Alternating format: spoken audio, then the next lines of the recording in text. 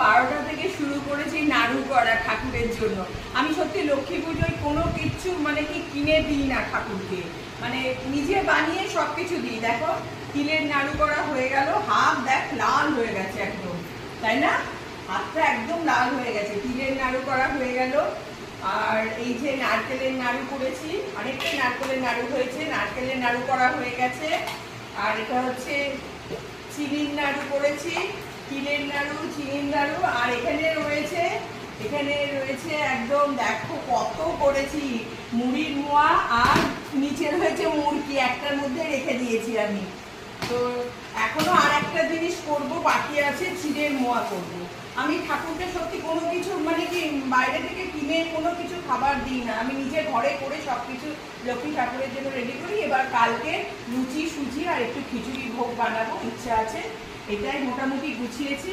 তো কালকে আবার সবকিছু লুচি টুচি হবে, এখনো চিড়ের নাড়ুটা বাকি আছে। চলো কালকে আবার দেখাবো তোমাদের আমি কি কি বানাবো।